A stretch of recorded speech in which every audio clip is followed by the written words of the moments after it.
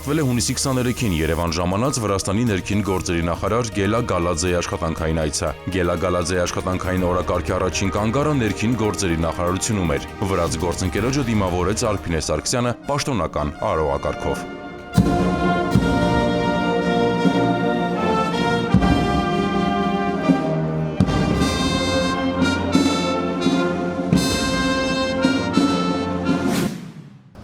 Հանդիսավոր արարողությունը եզրափակվեց հարգանքի տուրքով։ Նախարարները ծաղիկներ խոնարհեցին հայրենիքի սահմանները պաշտպանելիս եւ ծառայողական պարտականությունները կատարելիս զոհված ոստիկանների հիշատակը հավերժացնող հուշապատին։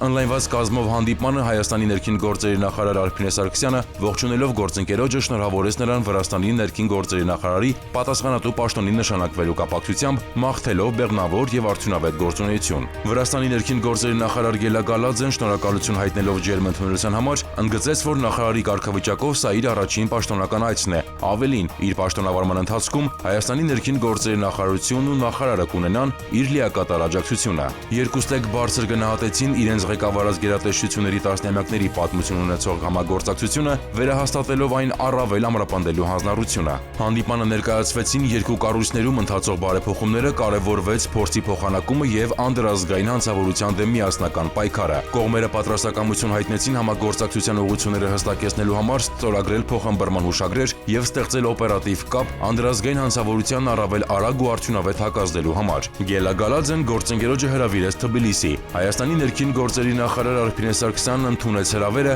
արձանագրելով, որ դա հարաբերություններն առավել զարգացնելուն միտված քայլ է։ Ընդլայնված կազմով հանդիպումից հետո Հայաստանի եւ Վրաստանի ներքին գործերի նախարարները հանդիպումը շարունակեցին երկկողմ ձևաչափով։ Նույն օրը Գելա Գալաձեն այցելեց Հայաստանի կառավարություն, նրան ընդունեց Նիկոլ Փաշինյանը։ Վարչապետը ողջունեց նրա այցը Հայաստան եւ շնորհավորեց պատասխանատու պաշտոնում նշանակվելու առիթով։ Նիկոլ Փաշինյանը հույս հայտնեց, որ նրա պաշտոնավարման ընթացքում երկու երկրների իրավապահ մարմինների համագործակցությունն առավել ակտիվ եւ արդյունավետ կլինի։ Երկրի ղեկավարը շեշտեց, որ այդ նպատակով Հայաստանի Հանրապետության կառավարությունը կներդնի բոլոր ջանքերը։ Գելա Գալաձեն շնորհակալություն հայտնեց ընդունելության համար եւ վարչապետ Փաշինյանին փոխանցեց Վրաստանի վարչապետ Իրակլի Կոբախիձեի ջերմ ողջույնները։ Վրաստանի ներքին գործերի նախարարը կարևորեց երկու երկրների միջև դարավոր բարեկամությունն ու կուռ համագործակցությունը ի նպաստ տարածաշրջանում խաղաղության եւ կայունության ապահովման։ Հանդիպանը վարչապետ Փաշինյանին ներկայացվեցին մանրամասներ Արփինե Սարգսյանի եւ Գելա Գալաձեի քննարկումներից։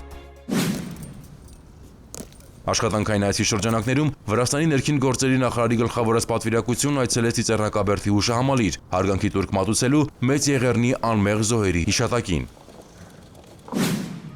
Գելա Գալաձեի գլխավորած պատվիրակության վերջին կանգառը Պարեկային ծառայության ու օպերատիվ կառավարման կենտրոնի նորաստեղծ ու ժամանակակից համալիրում էր։ Հյուրերը ծանոթացան ծառայությունների բնույթին, տեխնիկական հագեցվածությանն ու վերազինմանը։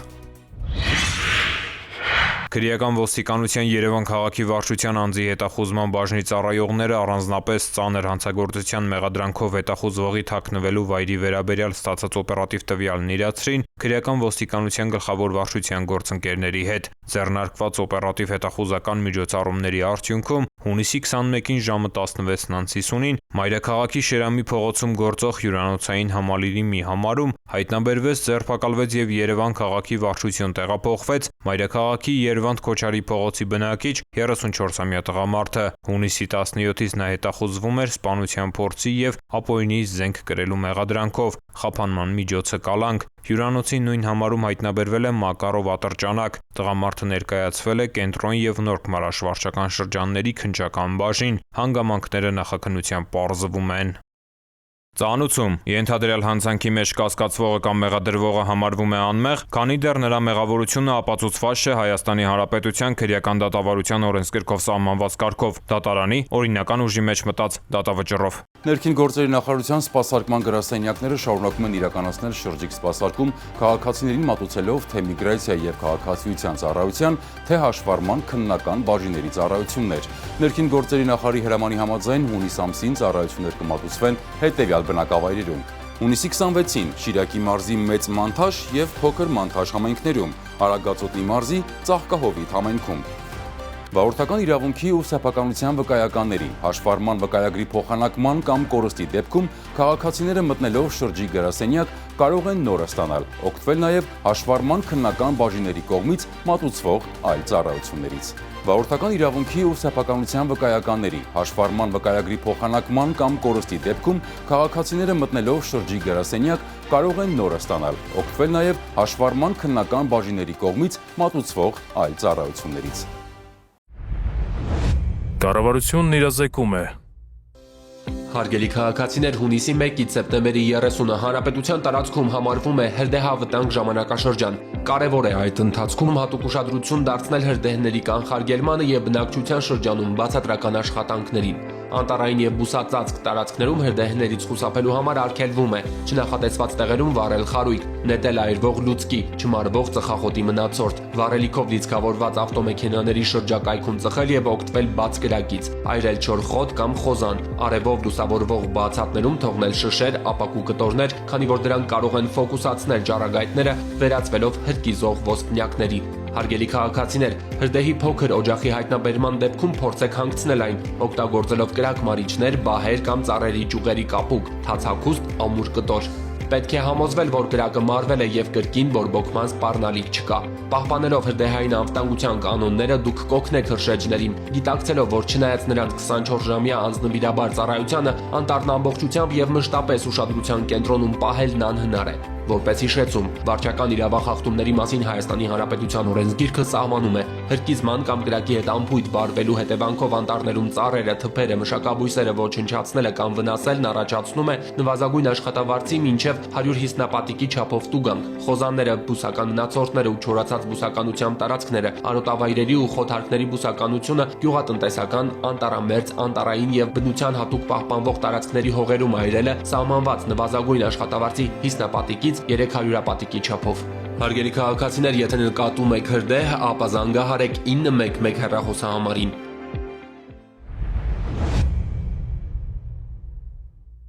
Հարգելի քաղաքացիներ, բջջային էլեկտրոնային ստորագրությունը կարող եք ակտիվացնել էլեկտրոնային կրիչ ունեցող եւ առանց կրիչի նույնականացման քարտերով։ Ձեր նույնականացման քարտի PIN եւ PUK կոդերը եզակի են եւ կորցնելու դեպքում վերականգնել հնարավոր չէ։ Սակայն եթե կորցրել եք դրանք, քարտը վերաթողարկելու կարիք չկա։ Նույնականացման քարտով կարող եք մոտենալ բջջային օպերատորի գրասենյակ եւ հեշտությամբ ակտիվացնել էլեկտրոնային ստորագրությունը։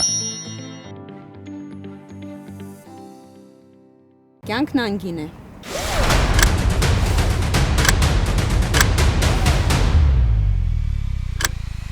Ամրագոտին կյանքեր է փրկում։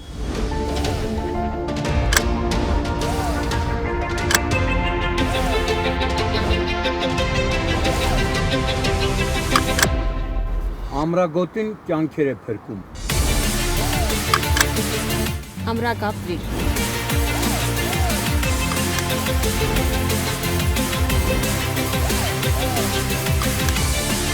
Ամրագոտին կյանք է փրկում։ Ամրագոտին կյանք է փրկում։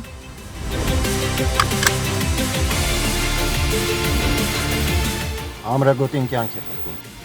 Ամրագոտին Կյանք է փրկում։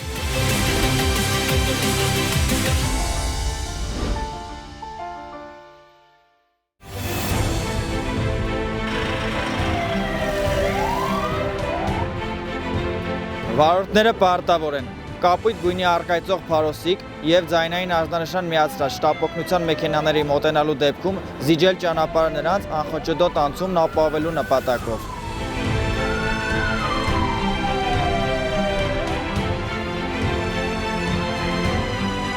Ճանապարհը չզիջելը առաջացնում է տուգանքի նշանակում նվազագույն աշխատավարձի 20 ապատիկի չափով 20,000 դրամ։ Իսկ զիջելու ընթացքում որևէ իրավախախտում կատարելը այլ հնարավորության բացակայության պայմաններում վարչական պատասխանատվություն չի նախատեսում։ Զիջիր ճանապարհը, րոպեն կարող է կյանք արժենալ։